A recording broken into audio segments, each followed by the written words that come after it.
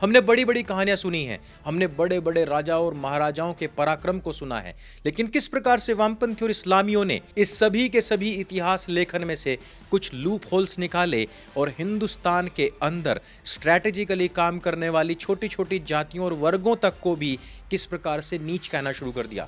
किस प्रकार से वामपंथी और इस्लामिकों की साजिश में फंस करके आम हिंदुओं ने भी उन लोगों को चार और कहना शुरू कर दिया जिन्होंने की हिंदुत्व को बचाने के लिए अपना सर्वस्व योगदान दिया, न्योछावर कर दिया था। दोस्तों, इतिहास में हमने पढ़ा है कि बहुत सारी मार्शल कौम थी, बहुत सारी मार्शल जातियां थी जिन्होंने अलग अलग क्षेत्रों में अलग अलग समय पर इस्लामिक मलेच्छों को काउंटर किया, उनके साथ में युद्ध करे और उनको मार करके भगा दिया। उन राजाओं महाराजाओं और मार्शल जातियों के बारे में बताया गया कि उनके तरकश में कभी तीर समाप्त नहीं होते थे।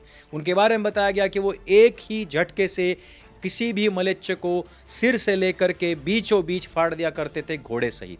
मैं ऐसे सभी राजाओं महाराजाओं का बहुत सम्मान करता हूं, लेकिन क्या हमें कभी इतिहास में पढ़ाया गया कि वो तलवार निर्माण करता कौन थे? हमें कभी नहीं पढ़ाया गया। क्या हमें बताया गया कि उनकी लाखों की जो सेना हुआ करती थी, उस सेना में कौन लोग भर्ती हुआ करते थे? हमें नहीं बताया गया। हमें नहीं बताया गया कि उनको खाद्य रसद सामग्री कौन लोग पहुंचाते थे।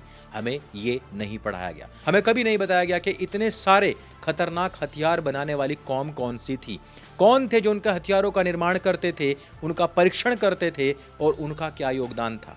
हमें कभी नहीं पढ़ाया गया। और आज भी हिंदुस्तान के अंदर वामपंथियों ने यह पूरा नैरेटिव बना दिया है कि ये जितनी भी जातियां हैं जिन्होंने हथियार निर्माण किए, आज हम बड़ी बड़ी बात करते हैं कि इतने बड़े बड़े महल बनाए गए, इतने बड़े बड़े मंदिर बनाए गए, हजारों साल पुराने महल है हमारे पास, हजारों साल पुराने मंदिर है, लेकिन उन मंदिरों का निर्माण किसने किया? हम आज बात करते हैं हमारा वास्तुशास्त्र ऐसा है वैसा है, देखिए पहाड़ को चीर करके मंदिर निर्माण कर दिया। उसको बनवाने वाले राजा का नाम आता है, बनाने वाले लोगों का नाम नहीं आता है। और इसी कारण से हजारों वर्षों से जो लोग गुमनामी का जीवन जी रहे थे, उन लोगों ने भी सोचना शुरू कर दिया कि अब हम किस लिए ये लड़ाई लड़ें। जब हम ताजिंदगी पत्थर काटते हुए मर गए, लोहा पीटते हुए मर गए, मिट्टी से बर्तन बनाते बनाते हम स्वयं मिट्टी हो गए, तो अब क्या ताजिंदगी हमने ठेकेदारी ले रखी है, जबकि हम कभी कन्वर्ट भी नहीं हुए।